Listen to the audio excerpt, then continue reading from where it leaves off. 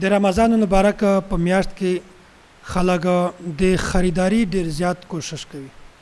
هر سړی لګیا دا پلانکای شي اخلي دا شي اخلي همیشه دا تناسو چې زبس کور ته سامان راوړم. الله بنده دا میاشت عبادت لپاره ده، دا میاشت ذکر اذکار لپاره ده، تلاوت لپاره ده.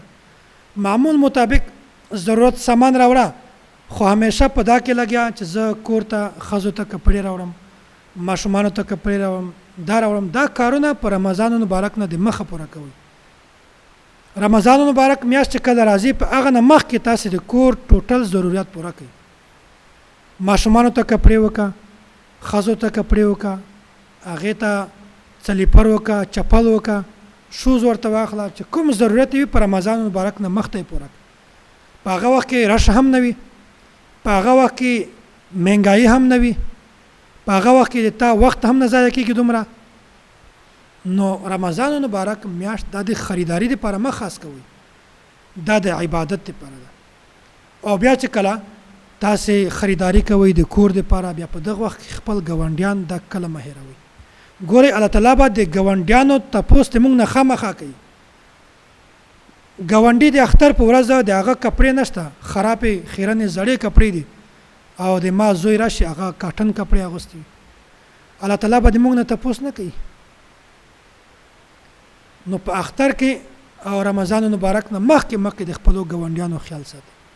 کوم ګاونډیان د غریبان وي هغه د کپړو اهتمام کوي، هغه د ضرورتو خیال ساتي چې سبا د اختر په ورځ باندې ستا بچانو کپڑے اغوستي وي او د ګاونډي د رشتہ دار د ورور یا د پړوسی بچانو د کپڑے هم نه وي، هغه د تا بچانو ته ګوري. نو الله تعالی به موږ نه تاسو نه کوي. نو دغه میاشت د عبادت لپاره خاص کوي. خریداري کوي په اخته په روزه نه مخته کوي. روزه نه مخ کې تاسو ته مشکلات هم نه وي، رش به هم نه وي، مهنګایي به هم نه وي. نو دا میاشت صرف د عبادت لپاره خاص کوي. په دا میاشت کې ډېر خلک داسې دي چې هغه کاروبار ته ډېره زیاته توجه ورکوي. که چېرته کاروبار کوي په کاروبار کې ذکر خو هم کولی شي، کم از کم تهجد خو هم کولی شي، د شپې اشراق لمونځ خو هم کولی شي، د چاشت لمونځ هم کولی شي، اوابین لمونځ هم کولی شي. کم از کم چې کوم غټ معمولات دي هغو اهتمام خو کوه. لاس کې تسبیح واخله، ذکر اذکار خو کولی شي د کاروبار په وخت کې. نو رمضان مبارک صرف د کاروبار لپاره مخ خاص کوي، د عبادت لپاره خاص کوي.